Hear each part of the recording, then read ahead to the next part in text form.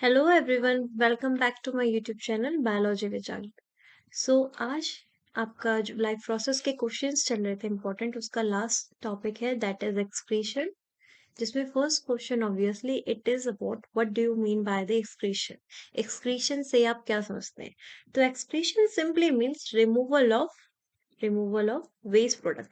आपके बॉडी में जो वेस्ट प्रोडक्ट्स बन रहे हैं उसका आपकी बॉडी से रिमूवल एक्सक्रीशन कहलाता है, या फिर नाइट्रोजीनियस वेस्ट प्रोडक्ट्स का रिमूवल आपकी बॉडी से एक्सक्रीशन कहलाता है। आपकी नहीं, किसी भी ऑर्गेनिजम्स की बॉडी से।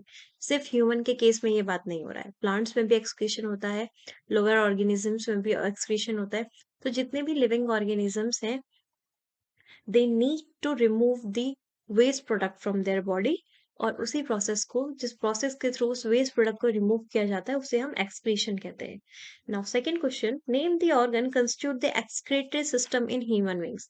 तो चार ऑर्गन्स जनरली मिलके मिलके बनाते हैं excretory system. First kidney, urethra,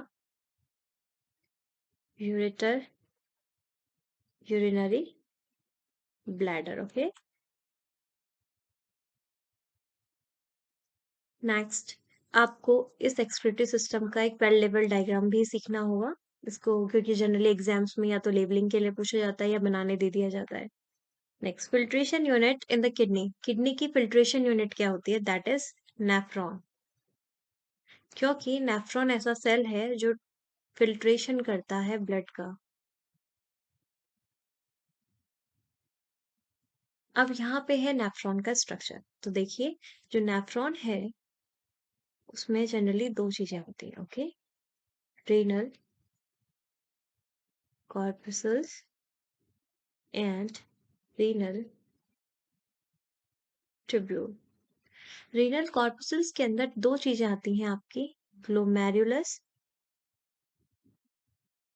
and Bowman capsule.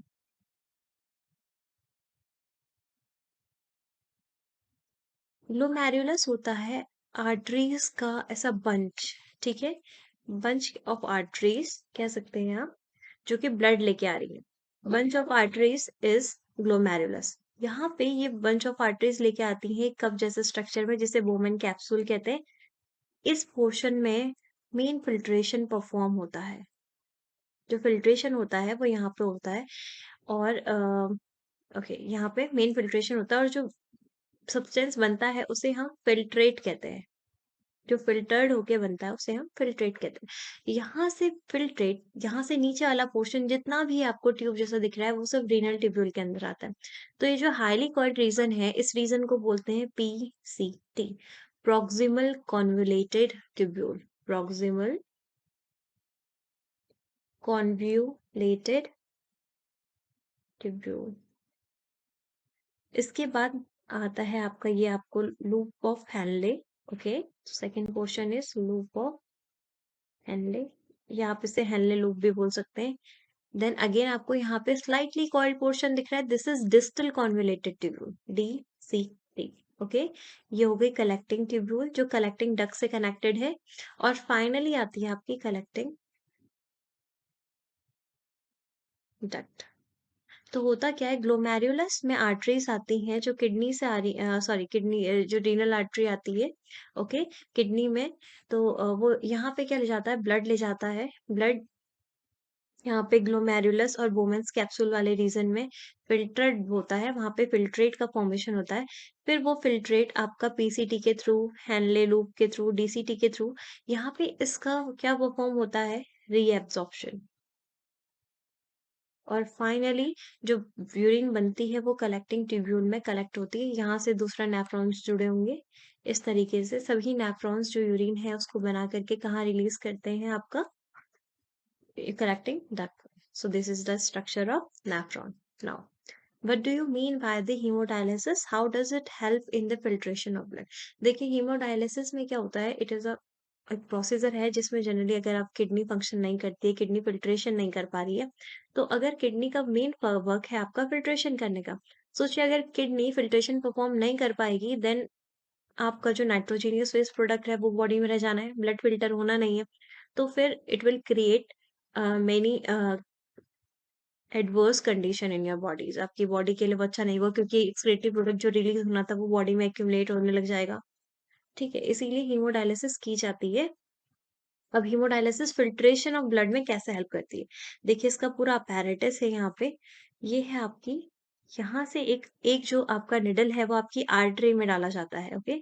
वहां से ब्लड, क्योंकि आर्टरी आपका ब्लड अवे फ्रॉम हार्ट ले जाती है, तो आर्टरी में यहाँ पे ब्लड, आर्टरी से एक निडल डाली जाती है और उसको एक पंप में डाला जाता है, कनेक्टेड है। अब यहाँ पे ये apparatus है, ये मेन है, इस apparatus पे फोकस करते हैं।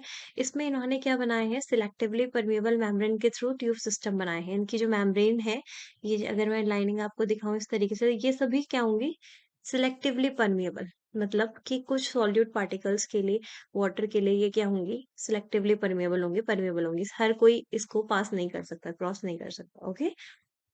उसके अलावा जो येलो फ्लूइड दिख रहा है आपका, ये डायलेसिंग फ्लूइड है।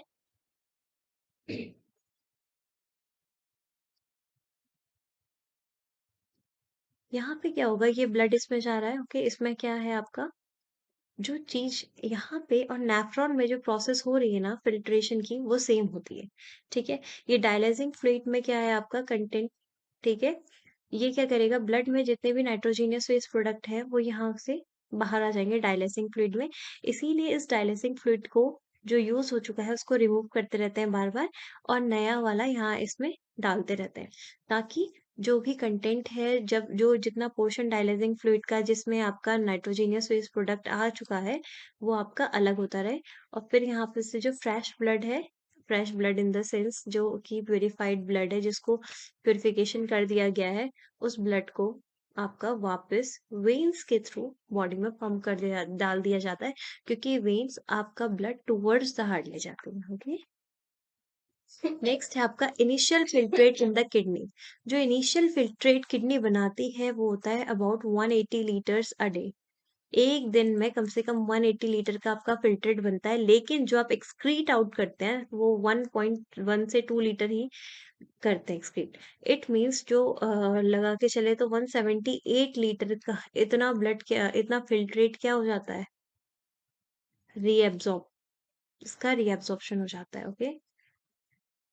Now how plant excrete out different excretory products. तो प्लांट्स में भी एक्सक्रीशन होता है, किन किन प्रोसेस के थ्रू? सबसे पहला तो हो गया ट्रांसपिरेशन, क्योंकि प्लांट्स जितना पानी ले रहा है उतना पूरा यूटिलाइज नहीं करता, तो ट्रांसपिरेशन के थ्रू वो एक्स्ट्रा वाटर को लॉस कर देता है, लूज कर देता है। उसके बाद जो ऑक्सीजन प्लांट में बन रही है, उस ऑक्सीजन का यूज होता है, उस ऑक्सीजन को एक्सक्रीट किया जाता है through the stomata opening, okay? उसके अलावा ऑयल्स के फॉर्म में, रेजिन्स के फॉर्म में, गम्स के फॉर्म में, और इस तरीके से वो अपना एक्सक्रीटरी प्रोडक्ट रिलीज करते हैं। इसके अलावा अगर कोई मान लीजिए कोई लीफ है प्लांट की, वो डेड हो रही है, तो प्लांट क्या करता है, अपना जो एक्सक्रीटरी प्रोडक्ट है वो इस लीफ में सेंड कर दे, ताकि ये इसने तो डेड होना ही है, इसने झड़ना है, तो इसके साथ वो एक्सक्रीटरी प्रोडक्ट भी प्लांट की बॉडी से बाहर हो जाए। तो इस तरीके से प्लांट्स एक्सक्रीशन परफॉर्म करते हैं। ये भी बहुत इंपॉर्टेंट क्वेश्चन है। देखिए, ये सभी इंपॉर्टेंट है, ये तो आपके ये वाले जो this one and filtration unit of nephron, ये जनरली एमसीक्यूज का पार्ट बन सकते हैं। हीमोडायलिसिंग आपसे डिटेल में पूछा जा सकता है, नेफ्रॉन का स्ट्रक्चर आपसे डिटेल में पूछा जा सकता है, and this is also one of the most important question. So I hope कि आपको ये वीडियो पसंद आया होगा, एंड अगर आपको ये हेल्पफुल लगा है तो do like my channel, do like my video, subscribe. Thank you.